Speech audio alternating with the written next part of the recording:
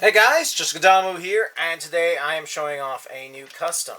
This is my Resupply type, or aka Rescue type ball. And you'll have to excuse my whole review area because it's a movie set being built for Gundam Father Peace Episode 3. So everything's kind of crazy. Just crazy. It's all going to get paper mache'd over and painted. It's going to be cool. So back to the review. The Resupply Mobile Armor Ball. I always like coming up with suits that help mobile suits on the front lines. Like, so a GM's out there fighting, he runs out of ammo, or his shield gets blown up. Who supplies him where he needs fuel? So this is designed to do just that, basically. To do all of that resupplying that might be needed. So, basically we have a ball K-type. And it's a dark blue. I was originally going for the same blue as this. But you need to put some black in there. This is a factory prototype G-Armor set. It came with a pink Gundam, pink wings, and a pink core fighter. And part of it was a certain blue, and part of it was a different blue. And I decided that this was a worthwhile project for such a thing. Plus I can get more of those. So it's a unique blue. It's not the same blue as your basic core or G-Armor. The ball's been dyed. It has a heavy arms custom machine gun Gatling system. It had to be notched, and this had to be cut. All kinds of stuff. It took 2 balls to make this guy to have the K-type arms. My earlier K-types, both arms face down, but this one's arms face each other. That way, it has the ability to like grab a GM that's been damaged and fly it back to safety, or things like that. That's the reason for its K-type arms. It undocks. This part is embedded and glued in. Plugs into there. You can see a little bit of the pink. Probably going to replace that with the gray part, like that. Just kind of forgot about that. The ball was a Japanese ball, ×2, to get the arms, and that kind of gives him a neat sheen, shine to him, once he was dyed with the blue dye. He's very dark. I dyed him a lot darker than I meant to, by accident. I tried to lighten him, and that sort of worked. But I decided, you know what, it's alright. It's alright. It's still pretty cool.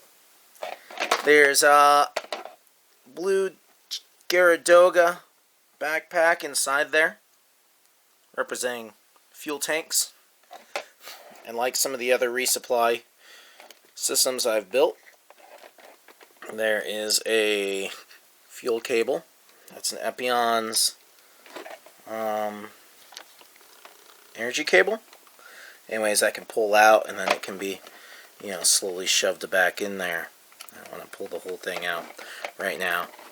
I can't remember what this part is. Oh, that's the Tall Geese's beam saber holders from its shield. Only I glued in some 1.5 beam sabers. I had them staying in there reasonably okay, but because they're round and these are square peg holes, it just was better to glue them. The antenna, this is a foot thing from a GPO-1. These are from the Dark Army. They hold its skirt armor on. They are the most sensitive part of the thing, because you could take the bullpup machine gun or the beam spray gun and stick it in there. I don't have a beam spray gun on me at the moment. I thought I had one here, but can't find one, so it must be all on figure somewhere.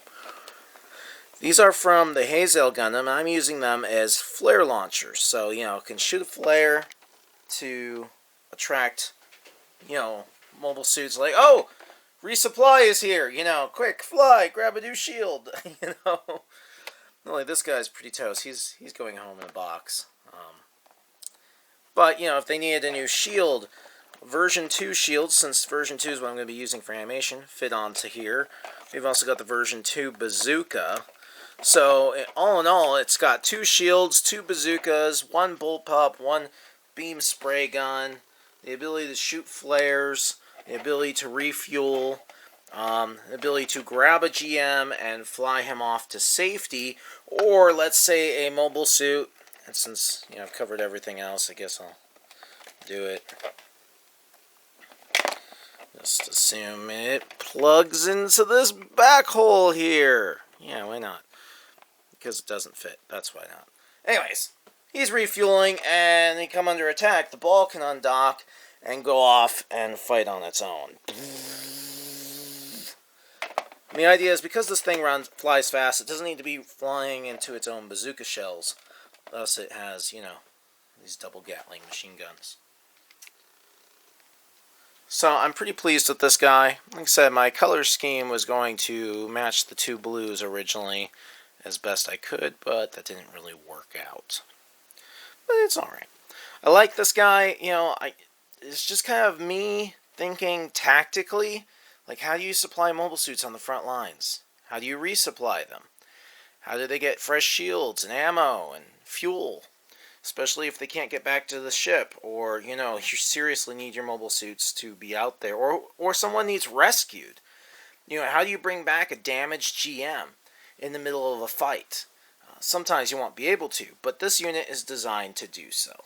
I doubt a lot of these were made because most of the balls were being used as assault units in space combat, but this would definitely be able to, you know, hook up at least 2 GMs with additional weapons. Let's say they've stormed a Bawaku. They're on the surface, but they're low on ammo, or their shields have been totaled, or they're low on fuel. And this thing could go there, resupply them, and fly back. Or take back their damaged buddy who can't fight anymore. You know, maybe they can swap out an arm, you know, somewhere on a supply ship or something, and get that GM back out with a fresh pilot or something like that. Who knows? So yeah, that's my review. I hope you enjoyed it.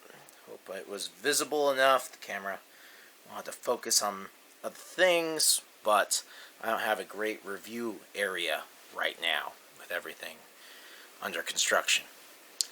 I'll see you guys next time.